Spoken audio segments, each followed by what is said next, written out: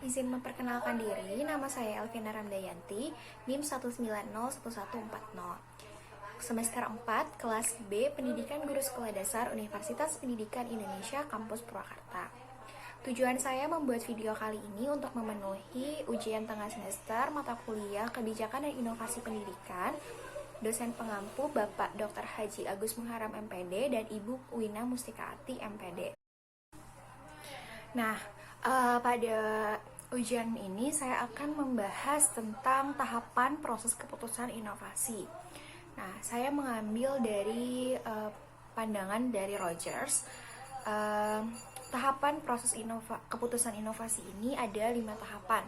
Tahapan yang pertama ada tahapan pengetahuan, yang kedua ada tahapan rujukan, yang ketiga ada tahapan keputusan, yang keempat ada tahapan penerapan atau implementasi, dan yang kelima ada tahapan konfirmasi. Nah, untuk tahapan yang pertama yaitu tahapan pengetahuan gitu. Tahapan ini adalah tahap awal seseorang dalam mengambil keputusan inovasi. Nah, pada tahap ini tuh keadaan dimana saat seseorang menyadari adanya suatu inovasi dan ingin tahu bagaimana inovasi tersebut gitu. Menyadari dalam hal ini tuh bukan memahami, melainkan membuka diri untuk mengetahui inovasi. Dalam hal menyadari ini tentu ada dilakukan secara aktif gitu. Nah, seseorang yang menyadari perlunya mengetahui inovasi tentu berdasarkan pengamatan tentang inovasi. Itu sesuai dengan kebutuhan, minat, dan kepercayaannya gitu. Nah, setelah menyadari adanya inovasi dan membuka dirinya untuk mengetahui inovasi, keaktifan untuk memenuhi kebutuhan ingin tahu tentang inovasi itu bukan hanya terjadi pada tahap ini, tapi tahap yang lain pun gitu. Oke, yang kedua ada tahap bujukan atau persuasion. Pada tahap bujukan ini, dari proses keputusan inovasi itu, seseorang membentuk sikap menyenangi atau tidak menyenangi terhadap inovasi. Jika pada tahap pengetahuan, proses kegiatan mental yang utama adalah di bidang kognitif, maka pada tahap persuasi atau tahap pembujukan ini adalah proses kegiatan mental yang berperan utama, yaitu adalah bidang afektif atau perasaan. Nah, pada tahap bujukan ini lebih banyak berperan adalah keaktifan mental. Dalam hal ini, seseorang akan berusaha untuk mengetahui lebih banyak tentang inovasi dan menafsirkan informasi yang diterimanya. Pada tahap ini berlangsung seleksi informasi disesuaikan dengan kondisi dan sifat pribadinya. Nah, disinilah karakteristik inovasi dalam mempengaruhi proses keputusan inovasi. Gitu.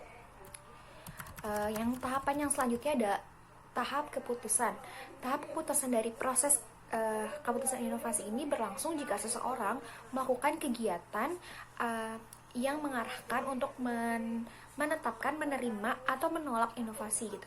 Menerima berarti sepenuhnya akan menerapkan inovasi tersebut, sedangkan kalau menolak berarti tidak akan menerapkan inovasi yang ada gitu. Seringkali terjadi seseorang menerima inovasi setelah ia mencoba terlebih dahulu atau mencoba sebagian kecil lebih dahulu, kemudian dilanjutkan secara keseluruhan jika sudah terbukti berhasil sesuai dengan yang diharapkan. Nah, dalam kenyataannya, tahapan proses keputusan inovasi ini dapat terjadi penolakan inovasi. Misalkan penolakan dapat terjadi dari pada awal tahap pengetahuan, terus tahap bujukan, atau setelah konfirmasi dan sebagainya gitu. Nah, terdapat 2 macam penolakan inovasi, yaitu penolakan aktif, yang artinya penolakan inovasi setelah mempertimbangkan untuk menerima inovasi atau mencoba terlebih dahulu gitu. Tetapi keputusan akhirnya menolak inovasi. Dan yang kedua ada penolakan pasif. Penolakan pasif ini artinya penolakan inovasi tanpa pertimbangan gitu. Nah, tahap yang keempat selanjutnya yaitu tahap penerapan atau tahap implementasi. Tahap implementasi ini dari proses keputusan inovasi terjadi apabila seseorang menerapkan inovasi.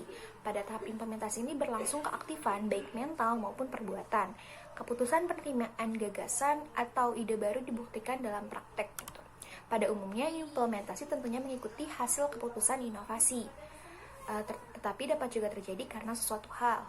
Sesudah memutuskan menerima inovasi tersebut namun tidak diikuti implementasinya. Tahap implementasi ini berlangsung dalam waktu yang sangat lama, bergantung pada keadaan inovasi.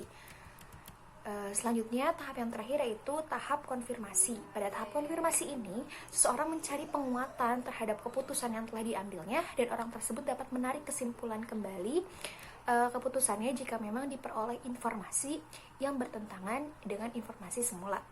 Dan tahap konfirmasi ini sebenarnya berlangsung secara berkelanjutan sejak terjadi keputusan menerima atau menolak inovasi yang berlangsung dalam waktu yang tidak terbatas.